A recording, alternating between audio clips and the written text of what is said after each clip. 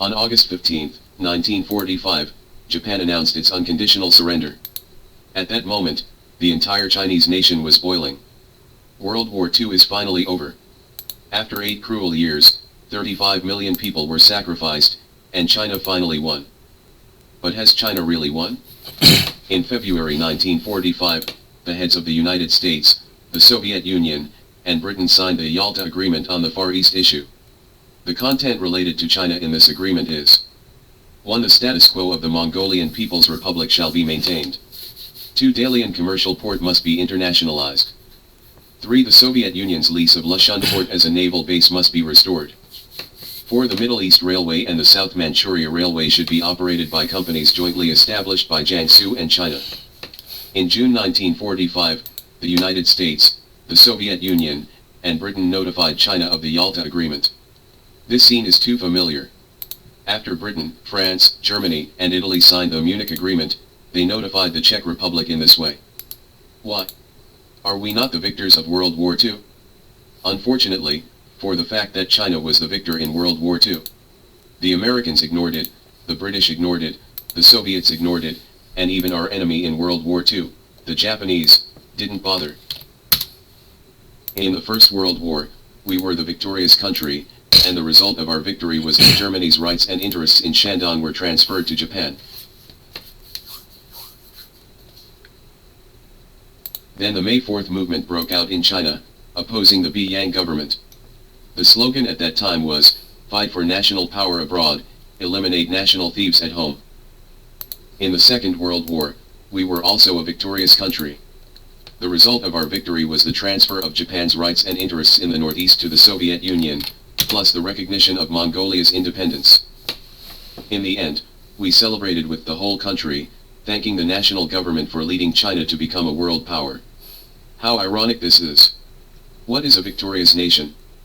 In June 1941, Germany invaded the Soviet Union. In May 1945, the Soviet Union flattened Berlin, which was called a victorious country.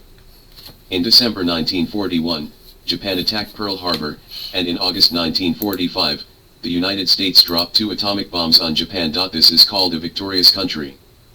If China thinks it has sacrificed 35 million people in World War II, it is called a victorious country. Then the victorious country can only win the Yalta Agreement. When I first read the Sino-Japanese War of 1894 to 1895, when I saw Deng Xishan ordering to ram the Japanese warship, I was filled with pride for this nation.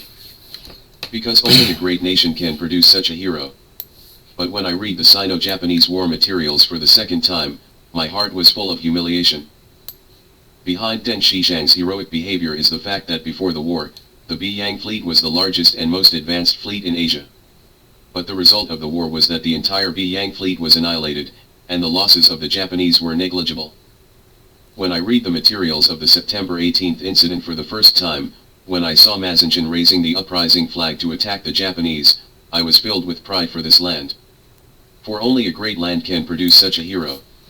But when I read the materials of the September 18th incident for the second time, I was filled with depression. Behind Mazenjin's heroic deeds, there are the same cold facts.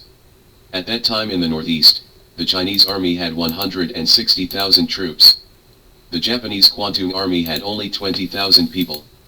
It was this 20,000 strong Kwantung army that launched an active attack on the 160,000 strong Chinese army and drove the 160,000 strong Chinese army out of the Northeast. When I read the materials of the Great Wall Anti-Japanese War for the first time, when I saw the broadsword squadron of the 29th Army fighting hand-to-hand with the Japanese army, my heart is full of pride for this national culture. Only such a culture can make a nation full of courage to die in the face of aggression. But when I read the materials of the Great Wall Anti-Japanese War for the second time, I just wanted to cry. The brutal fact is that there were 250,000 Chinese troops along the Great Wall at that time. Only 80,000 Japanese troops launched the attack. Rampant Japanese, naked contempt. In the combat plan of the Japanese military, the attack plan was designed based on the fact that one Japanese could defeat 10 Chinese. When reading materials about the anti-Japanese war, you would want to shout loudly, but you would never be able to, because there was a breath in your chest, and you couldn't spit it out. When World War II ended and China won, one thought that Japan would face up to China from now on. But I was wrong. Japan was defeated, but Japan never thought that China had defeated it in the War of Resistance. Its awe of the victors is reserved for the United States and the Soviet Union. A defeated nation treats a victorious nation with only 4 words: the sick man of East Asia. During World War II, the bones of 30 million people in China did not bring even a little bit of dignity to this nation. Aren't we the sick men of East Asia? Since 1840, the only memory our people has is that of humiliation. Treaty of Guangzhou, Treaty of Nanjing, Treaty of Human, Treaty of Wangzhou, Treaty of Huangpu, Treaty of Aihui, Treaty of Tianjin, Treaty of Beijing, Treaty of Canfen Northwest Boundary, Treaty of Ely, Treaty of India and Tibet, Treaty of Shimonoseki, Treaty of Zengkou. Aren't the nations that signed these treaties not the sick men of East Asia? When the 8-power Allied forces invaded China, there were only more than 17,000 people in total. It is these 17,000 people that it invaded a nation with a population of 400 million. Every time I see the ruins of the old summer palace, I seem to see the scene of the Empress Dowager fleeing Beijing in a hurry. But what echoed in my ears was the slogan of the Soviets defending Moscow during World War II: although Russia is big, Moscow is behind us, and there is no way for us to retreat. Russians understand that the dignity of a nation must be won by themselves. What about us? The British against the Zulus and the Italians against the Ethiopians were not as rampant as the 8-power Allied forces attacked China. The Zulu people and Ethiopia are both primitive tribes. It turns out that in the eyes of those Westerners, the Chinese are not even as good as primitive tribes. During the Battle of Crossing the River, millions of troops gathered on the Yangtze River. The 2 British gunboats actually wanted to change China's course. As a result, the Amethyst was decisively bombarded by Saigny in the Yangtze River. The Amethyst was decisively bombarded by Saigny in the Yangtze River. After the news was sent back to the UK, the British MPs actually shouted to send 2 aircraft carriers to the Far East to teach China a lesson. This is the attitude of Westerners toward China, one of the 5 permanent members of the Security Council, which was the victorious country in World War II. Contempt. What a declining Western country has shown to China is naked contempt. Every flag is dyed red with blood, but the blood has not won the respect of Westerners. One side is filled with the banners of the Tanggu Agreement, the Hime Agreement, and the Qintu Agreement. Even if they are soaked in blood, they will never awe the West. In China, which has been weak for 100 years, the whole nation is calling for a banner, which is stained with the blood of those noble Westerners, so that those Westerners can understand how to live with our ancient nation on an equal footing. Only such a flag is the flag that China needs. On October 1, 1949, Mao Zedong raised the first 5-star red flag in Tiananmen Square. Declare the founding of the People's Republic of China. But the real founding of the People's Republic of China was not on that day. How can a big country be established without the bloodbath of war? The true founding of the People's Republic of China was the day when the Armistice Agreement was signed in the war to resist U.S. aggression and aid Korea. In Changjin Lake, Lanjiaoyuanli, Songdo Peak, Datong River, and Shanganling, the blood of more than 1 million volunteer soldiers was sprinkled on that land. There are 17 countries with the blood of 1 million United Nations troops. The war to resist U.S. aggression and aid Korea was the first active counterattack launched by the Chinese nation against Western powers in the past 300 years. It used the blood of 1 million United Nations soldiers to tell the world that our ancient nation also has an unyielding will. An American general once said in Panmunjom, he was the first American general to sign an armistice agreement without victory.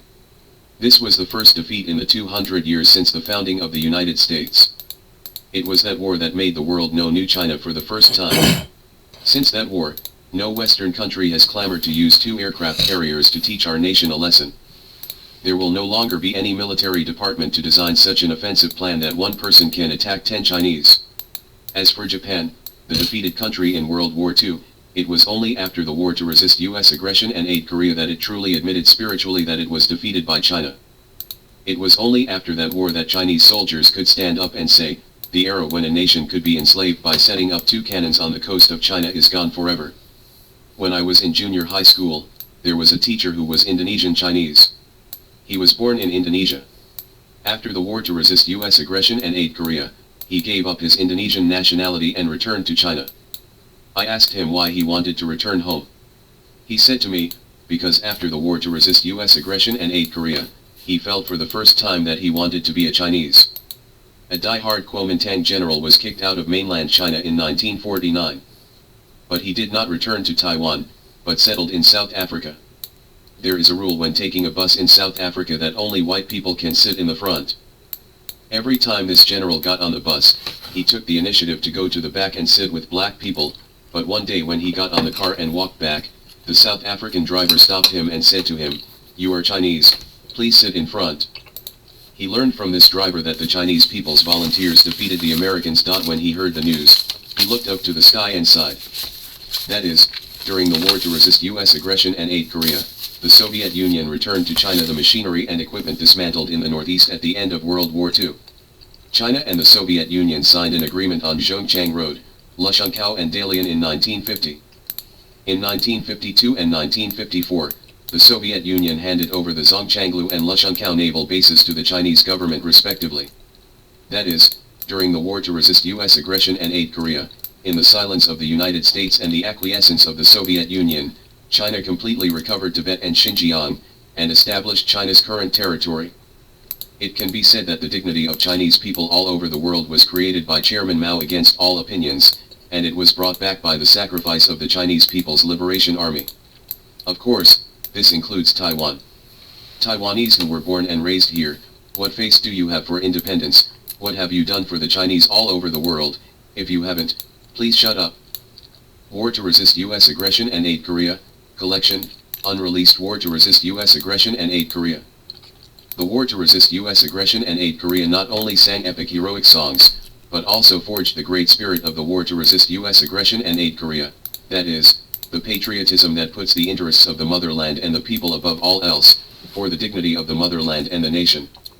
The spirit of revolutionary heroism that forgets death, the spirit of revolutionary optimism that keeps high morale despite hardships, the spirit of revolutionary loyalty that generously dedicates everything to fulfill the mission entrusted by the motherland and the people, and strives for the cause of peace and justice for mankind, the spirit of internationalism.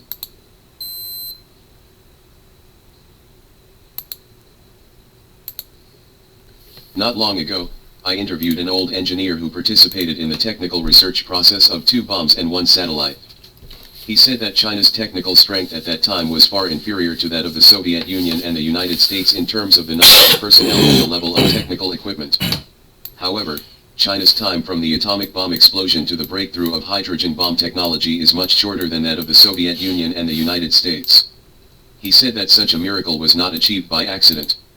According to his own experience, there were 3 key secrets to the progress of technology in Chairman Mao's era, and these secrets were not available in other capitalist countries. Rare old photos. The first key reason is true technological democracy. He said that due to the criticism of reactionary academic authority at that time, the newspapers repeatedly criticized all kinds of oppression and autocratic academic style. Therefore, few people dared to pretend to be authoritative and lousy, and formed a highly democratic atmosphere within the research team. Students who have just graduated from university and experienced scientists can debate at the same field. Sometimes they spend all night arguing about technical issues and even slap tables. Old scientists like Deng Jiaxian often participate in table-slapping debates with young boys. Such a full academic democracy has brought rapid progress in ideas and technology. It not only speeds up the speed of technological progress, but also speeds up the growth process of the technical echelon in the middle of this process. The old engineer also mentioned that at that time, due to the universal equality between people, many social and class barriers did not exist in essence. Some old workers also participated in the discussions on the table, and many detailed problems and technological obstacles could be brainstormed. As a result, this made the entire project process relatively balanced, rather than being limited to the first breakthroughs in key technologies, which avoided failures caused by the details of the follow-up experiments.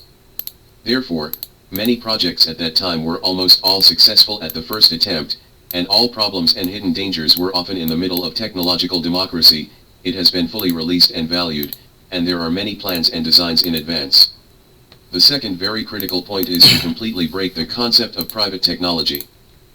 The old engineer recalled that no matter what kind of research institution, no matter how much painstaking efforts they have made, as long as they hold a letter of introduction, as long as they comply with the confidentiality regulations, all their latest results will be presented to him unconditionally.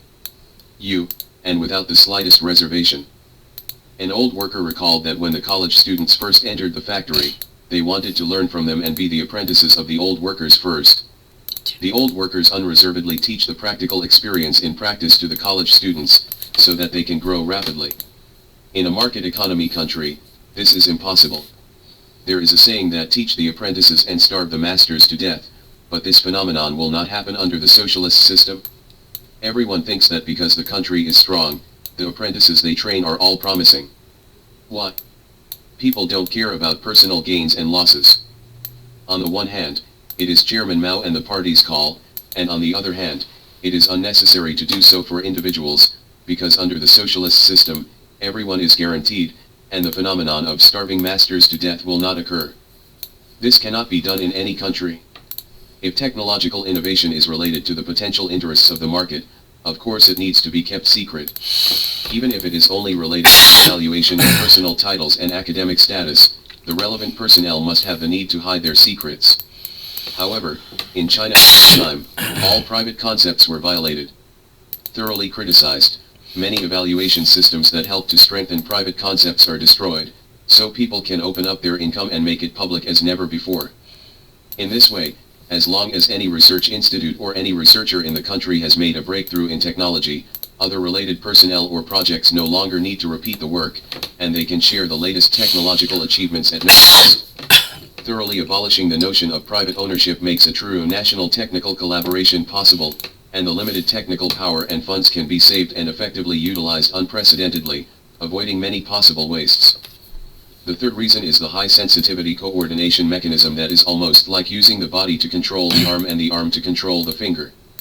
The old engineer mentioned that in the middle of the satellite project, there was a synchronization control problem that could only be realized mechanically at that time, which required 4 identical small springs. The project unit reported it to Marshal Nai Rongzhen, who was in charge, saying that Shanghai's industrial strength is relatively strong, and he hoped to ask comrades in Shanghai to help solve the problem. Nai Rongzhen wrote a small note to Zhang Chunqiao, and Zhang Chunqiao called Ma Tianshui. Ma Tianshui called a meeting of veteran workers and technicians from dozens of units in Shanghai overnight. An old worker in a school-run factory said he could achieve it. The springs that meet the requirements have been made, and the total is less than 24 hours. During such a process, no one talks about the conditions and the price, so almost no negotiation time and transaction costs are spent. Not long ago, I also visited a teacher from Nanjing University, who participated in hosting my country's electronic computer project in 1969. According to him, the establishment of the project at that time did not need to find a way to run the relationship. The country directly allocated 10 million yuan to Nanjing University according to the advantages of technological strength, even without prior notice, and designated it for the computer project. After the establishment of the project office, he does not need to go to the Jiangsu Provincial Party Committee. Instead, when the project is approved, the Jiangsu Provincial Party Committee is appointed by the state to cooperate with the research work and unconditionally undertake the coordination work of the project. Many factories at the beginning of the 7-character system of the electronic department conduct cooperative tests according to the research progress and requirements. The relevant departments of Jiangsu Province and Nanjing City are directly under the leadership of the project team. The result is a high degree of integration of production and research. The project funds are absolutely not allowed to be used by individuals for private purposes. Many factories participate in this project based on their own technology and process accumulation. The existing technologies and processes will not repeat investment and spending. The author's heartfelt words. The Mao era was an era that did not respect money but respected nobility. All personnel, including technical personnel, have sufficient social security.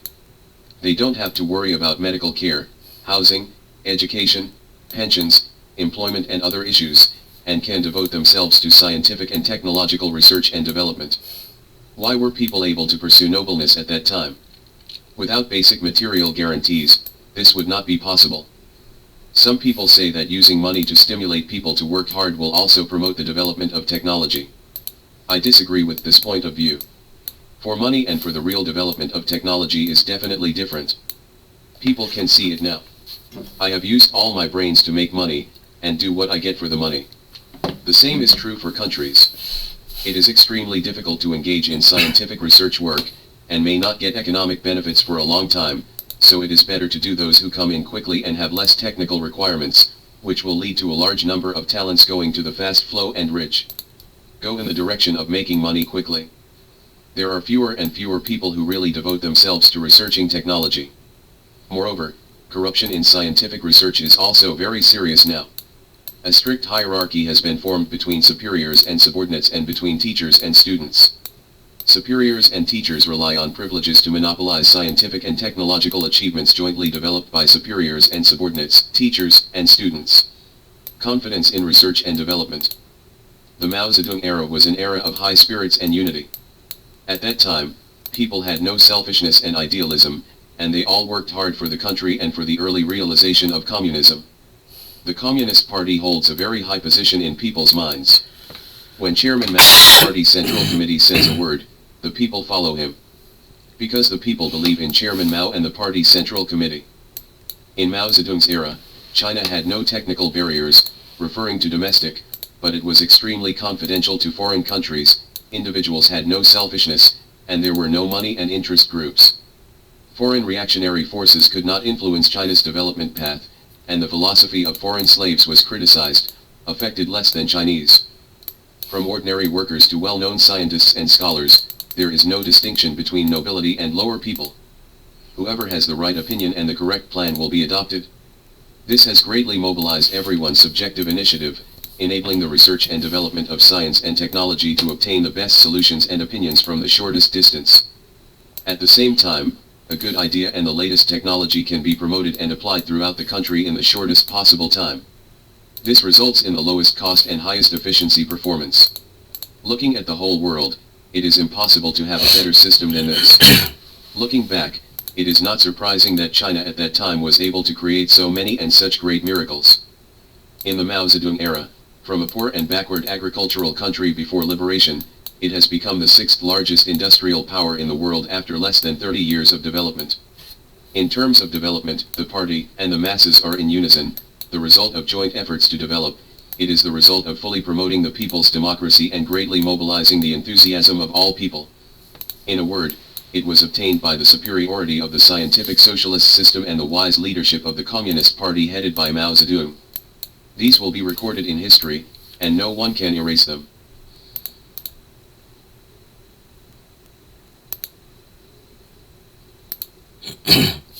Since graduating from college 40 years ago, I have worked as an editor, lawyer, secretary, and researcher, but never out of teaching. Source: Internet, Yuji Unrong. I have been teaching for decades, although I dare not say educating people, but I have been working hard in teaching. But in recent years, it has become more and more felt that there is nothing left to say. Therefore, I submitted my resignation to the school that invited me to be a doctoral supervisor, and turned down all invitations to lecture. Doctoral thesis defense venue. Here I would like to thank my colleagues. Without their tolerance and support, I would not be able to complete the teaching task. I would also like to thank the students I have mentored, for whom I feel guilty. Because, not only did I fail to teach them the skills to acquire prosperity and wealth, but because of me, some of their development was affected. Doctoral thesis defense venue. But this is also something that cannot be helped. I only hope that in the years to come, they may understand and forgive their former teacher. Walking out of the classroom is the rivers and lakes. The road ahead is boundless, everyone is safe. Contrast reading. Yuji Unrong. If officials can reprimand teachers casually, it's useless. Every day is Teacher's Day. What impressed me the most was the scene where Yuji Unrong lifted the table when he was having dinner with the secretary of the county party committee. He recalled, in a rage, I scolded and said, "You are qualified to eat with me." He lifted his dining table and waved away. On Teacher's Day, well-known scholar Yuji Unrong published an old article on his Weibo. Unexpectedly, his short article resonated with countless people, and it can be seen everywhere in moments. It can be seen that the phenomenon that students can report teachers and be encouraged, and officials can reprimand teachers from above reflected by him back then has not been completely eradicated and corrected, but has become more and more common. One is the official standard, and the other is the legacy of culture. The disaster is endless.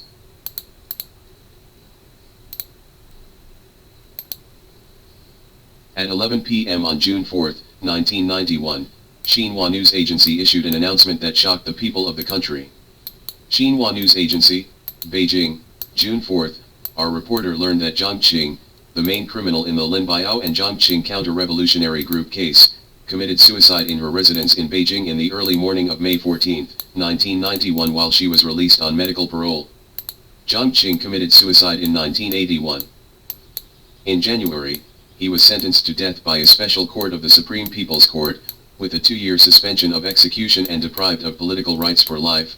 In January 1983, his sentence was commuted to life imprisonment, and he was released on medical parole on May 4, 1984. Zhang Qing was 77 years old when she died, and she ended her life by suicide. After Zhang Qing's body was cremated, his ashes were not buried back to his hometown in Zukan, Shandong, nor were they buried immediately. So, where is Zhang Qing's grave?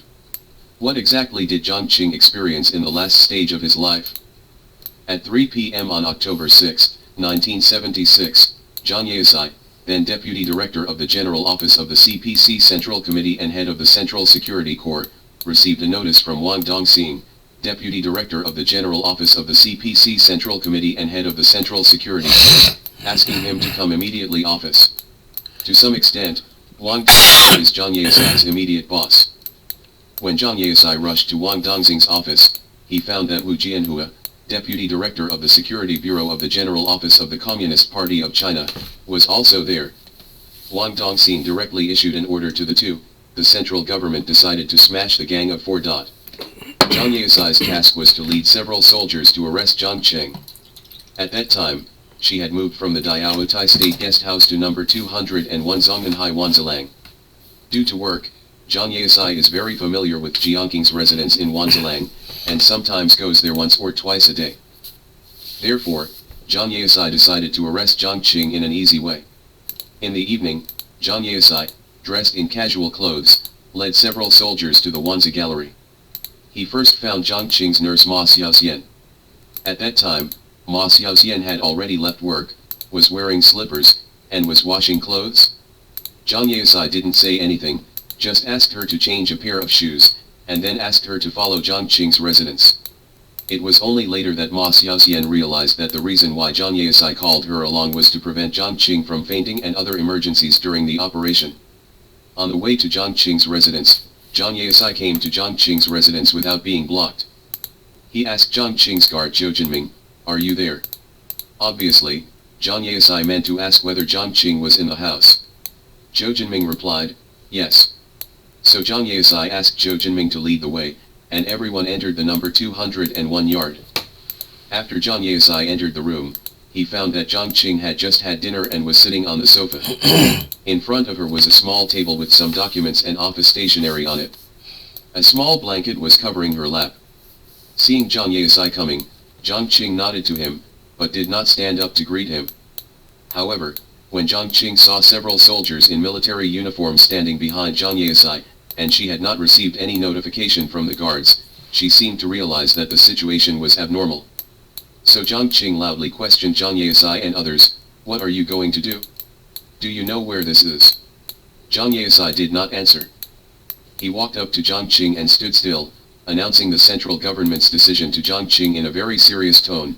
"Zhang Qing, I have received instructions from the Central Committee of the Communist Party of China and decided to isolate you for inspection. Go to another place, execute immediately." In an instant, Zhang Qing was shocked and couldn't believe it. Zhang Yaosai recalled, "In the past we always called Comrade Zhang Qing, but this time the word comrade suddenly disappeared, and Zhang Qing immediately cast a surprised look. Immediately, Zhang Yaosai asked Zhang Qing to give the key to the filing cabinet. "Hand it over." This is also Wang Dongxing's explanation when assigning tasks. After hearing Zhang Yaosai's words, Zhang Qing didn't say a word, but was very angry, but there was no big noise as rumored later, and there was no rolling on the ground, dying or living. Zhang Yaosai said, Zhang Qing seemed to have realized at that time that she would end up like this. Because of this, Zhang Qing was not overly surprised by the central government's orders by Zhang Yaosai. After a long silence, Zhang Qing asked Zhang Yaosai to repeat the decision he had just announced, and Zhang Yaosai did so. After Zhang Yaosai finished speaking, Zhang Qing remained silent for a long time. She lowered her head, and no one knew what she was thinking. After a long time, Jiang Qing said slowly, "Many of these, referring to the file cabinet, are secrets of the central government, and I am responsible to the party. I can only give the key to Hua Qiaben." Zhang Yasai said that he could hand it over to Hua Qiaben. Only then did Jiang Qing get up slowly, and she took off a bunch of keys from her waist, then took out a red-framed craft paper envelope from the drawer of the desk, and wrote from Comrade Hua Qiaben on the envelope with a pencil. The words Zhang Qingchuo were also written below. Jiang Qing also wrote a letter to Hua Qiaben at the scene. The full text is as follows. Comrade Qiaben, someone here said that they ordered me to be quarantined and inspected under your orders. I wonder if it was decided by the central government? I will entrust you with the key to my file cabinet here. Jiang Qing, October 6th. After writing the letter, Jiang Qing put the letter and key into a craft envelope, carefully sealed both ends of the envelope with a seal, and finally handed it to Zhang Yasai. When Jiang Qing was taken away, she was not handcuffed, but when she was about to leave the house, she asked Ma Xiao to put on the dark gray cloak she often wore. Ma Xiaoxi came to an interview and said, Jiang Qing is a little afraid, but she is very prominent because she is afraid of the wind. Before she leaves the house, she asks the people around her to check the direction of the wind and not let the wind blow her. From the point of view of healthcare, weak people are prone to catch cold when they are blown by the wind. But the direction of the wind is not so easy to see. Sometimes the wind blows from here, but when you turn a corner in the building, the direction of the wind changes. When Zhang Yasai entered Jiang Qing's residence, she had already asked her to prepare a car in advance. The car was the special Hunky brand bulletproof car that Jiang Qing usually took when traveling. Jiang Qing was not taken out of Zhongnan, but was arranged to come to the basement behind Feng's garden in Zhongnan, where she spent the first night after being quarantined for inspection. Regarding the process of Zhang Yasai taking Jiang Qing away, because Ma Xiaoxian was at the scene, she also described the general process to the reporter. Ma Xiaoxian said, "We left Jiang Qing's office together, and Jiang Qing and I got into a big red flag car. I remember that the car seemed to walk on the ground for a while, and then drove into an underground passage. I don't remember how long we walked, and finally go to a place where Jiang Qing is scheduled to be resettled. It is an underground building, and she has lived there for half a year. Later everyone knew that Jiang Qing was sent to Qinzheng prison. In the early morning of April 10, 1977, Jiang Qing was secretly taken to Qinzheng prison. She was taken by two female prison guards to a separate cell with complete sanitary facilities, including a flush toilet. Jiang Qing knew very well that after coming here, what awaited her would be a trial. On September 29, 1980, the 16th meeting of the Standing Committee of the 5th National People's Congress decided to establish the Special Procuratorate of the Supreme People's Procuratorate to prosecute Jiang Qing and others. Before Jiang Qing's public trial, she was taken to the waiting room of the Zhenji Road Court in Beijing.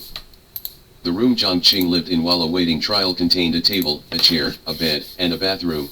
She specifically asked for a portrait of Chairman Mao to be hung above her bed, but was rejected. However, Jiang Qing asked to put a set of Mao Zedong's selected works on the table, and this request was accepted.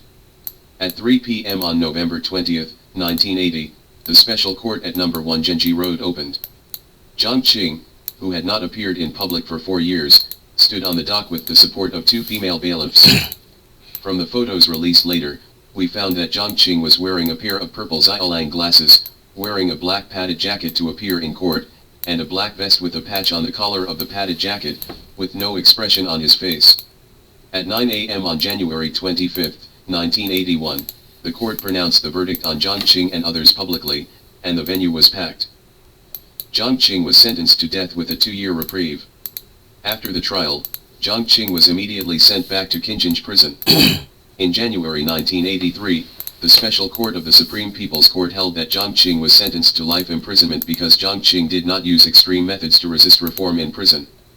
In 1989, Jiang Qing was diagnosed with throat cancer, and his physical condition became worse and worse. In view of the previous approval of Jiang Qing's medical parole, the central government once again approved Jiang Qing's medical parole in November this year. Jiang Qing hoped to return to live in Zhongnan, or the residence in Building 17 of Diaotai State Guest House, but was rejected. After the arrangement of the central government, Jiang Qing was arranged to live in a single-family 2-story building near Juxian Qiao in Beijing, and a nurse was also arranged to take care of her. At 3:30 on May 14, 1991, a nurse found that Jiang Qing had hanged herself in her room at the age of 77. When Jiang Qing's body was sent to the hospital, the organization notified Li Na of the news. On May 18, Jiang Qing's body was cremated at the Babaoshan Revolutionary Cemetery. All relatives including Li Na were not present at the scene. Li Na didn't make any request, but asked that her mother's ashes be put into the urn and then handed over to her to take home. Li Na himself did not expect that his mother's ashes had been kept at home for 11 years. Yang Yinlu, Jiang Qing's secretary, recalled, Jiang Qing had a will in Qinchenj prison, and he wanted to be buried in Zukan, his hometown in Shandong after his death. In 1996, another secretary of Jiang Qing, Yan Zhengui, came to Zukan. Asked him to tell Li Na, we have the Phoenix Cemetery here, which can accept Jiang Qing's ashes, bury the grave, or erect a monument. When Yan Zhengui returned to Beijing and told Li Na about Zukan's opinions, Li Na said that it was not the time yet, and the matter was left alone. In 2002, Li Na discussed with her husband Wang Jingqing, and it was better for her mother to be buried as soon as possible. After discussing, the two decided to find a suitable burial for their mother at their own expense. Li Na and Wang Jingqing visited many cemeteries in Beijing, and finally chose Fuxian Cemetery. Fuxian Cemetery is located in the east of Fuxianxi Village, Ziwankan Township, Shijingshan District, Beijing. It is named because it is close to Fuxian Temple. As a cemetery, a large number of celebrities are buried in Fuxian Cemetery, including Zai Fen, the father of the last emperor Puyi, Wan Kuo-Yi of Kuoxiu University, and Qian Xiantong, a famous literary theorist. Jiangqing Cemetery is located in the southeast corner of Fuxian Cemetery. The cemetery is no different from others. It can even be described as shabby and simple. Daughter, son-in-law, and grandson Jingli, March 2002. Everyone, take a closer look at this inscription. Have you noticed anything unusual? Li Na tried her best to keep her mother's cemetery unknown. She used her mother's original name Li Yunhee and did not engrave the full names of herself, her husband and grandson, which also shows Li Na's hard work. Some people said that the location of Jiangqing Cemetery is only 17 kilometers away from the Chairman Mao Memorial Hall, which is actually just a coincidence.